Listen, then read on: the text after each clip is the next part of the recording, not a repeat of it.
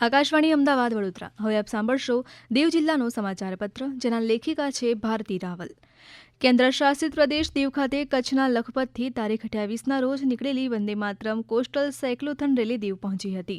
દીવ પહોંચતા તેમનો ભવ્ય સ્વાગત સમારોહ યોજાયો હતો. તેઓ દીવ બોર્ડર પર પહોંચતા ડીજે સાથે Vande Mataram coastal cyclothon rally Bucharwada, Patelwadi, Tagachi, Saudwadi થઈ વણાકબારા ઉચ્ચતર માધ્યમિક શાળા ખાતે પહોંચી હતી, જ્યાં તેઓનો ફૂલહાર પહેરાવી ભવ્ય સ્વાગત કરવામાં આવ્યું હતું. આ પ્રસંગે વંદે માતરમ કોસ્ટલ સાયક્લોથોન રેલીના સહભાગીઓ માટે ખાસ સાંસ્કૃતિક કાર્યક્રમનું આયોજન કરવામાં આવ્યું હતું. સાથે જ આ રેલીમાં એક CISFનો જવાન પણ હોવાથી તેમનું શાલ ઓઢાડીને સન્માન કર્યું હતું. તેઓ 22 ફેબ્રુઆરીના રોજ કેરળના કોચીન સુધીનો અંદાજિત 3500 કિલોમીટરનું લાંબુ અંતર સાયકલ દ્વારા પૂર્ણ કરશે. દીવ ખાતે ભારતીય જનતા પાર્ટી દ્વારા બજેટ 2026-27ને લઈને બીજેપી કાર્યાલય ખાતે LED સ્ક્રીન પર લાઈવ પ્રસારણ યોજવામાં આવ્યું હતું. બજેટને લઈને દીવ બીજેપી દ્વારા પ્રેસ વાર્તાનું પણ આયોજન કરવામાં આવ્યું હતું, જેમાં બજેટ 2026ને લઈને ખેડૂતો, માછીમારો, ગૃહિણીઓ વગેરેને થતા ફાયદાકારક બજેટની માહિતી આપી હતી. દીવ બીજેપી દ્વારા મહિલાઓ, ખેડૂતો તથા યુવાનો માટે પણ કાર્યક્રમ યોજાયો હતો. દીવના રહેવાસી દિવ્યાંગ કીર્તિ ગોહિલનું ભારતીય ક્રિકેટ કંટ્રોલ બોર્ડ દ્વારા આયોજિત CK Naidu junior Ranji trophy માટે સૌરાષ્ટ્રની ટીમમાં પસંદગી કરવામાં આવી હતી. જુનિયર રણજી ટ્રોફી ટુર્નામેન્ટમાં દિવ્યાંગની પસંદગી સૌરાષ્ટ્ર ક્રિકેટ એસોસિએશન દ્વારા આયોજિત વિવિધ સત્તાવાર ટુર્નામેન્ટમાં તેના સાતત્યપૂર્ણ ઉત્કૃષ્ટ દેખાવને આધારે કરવામાં આવ્યો છે.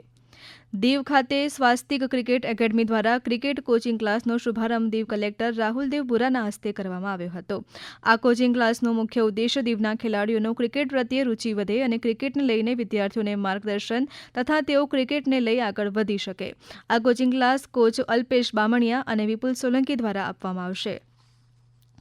દીવના વણાકબારા ખાતે 6 ગ્રામ પંચાયત દ્વારા બાલ વિવાહ મુક્ત ભારત અભિયાન અંતર્ગત જાગૃતતા કાર્યક્રમ યોજાયો હતો. દીવની વિવિધ ગ્રામ પંચાયતના સંયુક્ત ઉપક્રમે ઉચ્ચતર માધ્યમિક શાળા ખાતે બાલ વિવાહ પ્રતિબંધને લઈને વિદ્યાર્થીનીઓ, ચૂંટાયેલા જનપ્રતિનિધિઓ વગેરેને જાણકારી આપવામાં આવી હતી. દીવ ખાતે CBSE ધોરણ 10 અને 12ની પરીક્ષાનો પ્રારંભ થયો હતો, ત્યારે તેઓને જાયન્ટ્સ ગ્રુપ ઓફ દીવ દ્વારા તિલક લગાડી, ગુલાબનું ફૂલ તથા બોલપેન આપીને શુભેચ્છાઓ પાઠવવામાં આવી હતી. વિદ્યાર્થીઓએ પણ તેમના વર્ષ દરમિયાનની મહેનતને લઈ પરીક્ષામાં પેપર માટે ઉત્સાહ જોવા મળ્યો હતો. દીવ ખાતે મહાશિવરાત્રિની ધામધૂમથી ઉજવણી કરવામાં આવી હતી. મહાશિવરાત્રિ નિમિત્તે દીવના શિવાલયો ખાતે વિવિધ ધાર્મિક કાર્યક્રમો યોજાયા હતા. દીવના શિવાલયમાં પૂજા અર્ચના, અભિષેક, ભજન, કીર્તન, મહાઆરતી, મહાપૂજા વગેરેનું આયોજન કરવામાં આવ્યું હતું. મહાશિવરાત્રિને લઈ સવારથી જ ભાવિ ભક્તો શિવાલયમાં પહોંચ્યા હતા અને પૂજા અર્ચના તથા દર્શન કરી ધન્યતા અનુભવી હતી.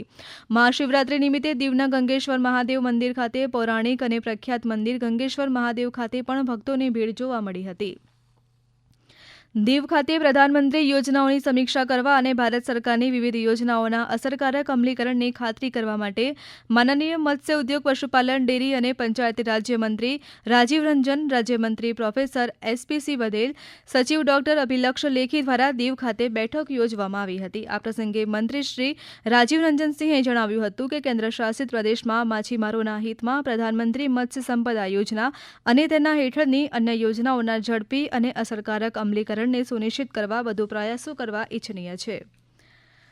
આપ સાંભળી રહ્યા હતા દીવ જિલ્લાનો સમાચાર પત્ર, જેના લેખિકા હતા ભારતી રાવલ. આ પ્રસારણ આકાશવાણીના અમદાવાદ વડોદરા કેન્દ્ર પરથી કરવામાં આવ્યું.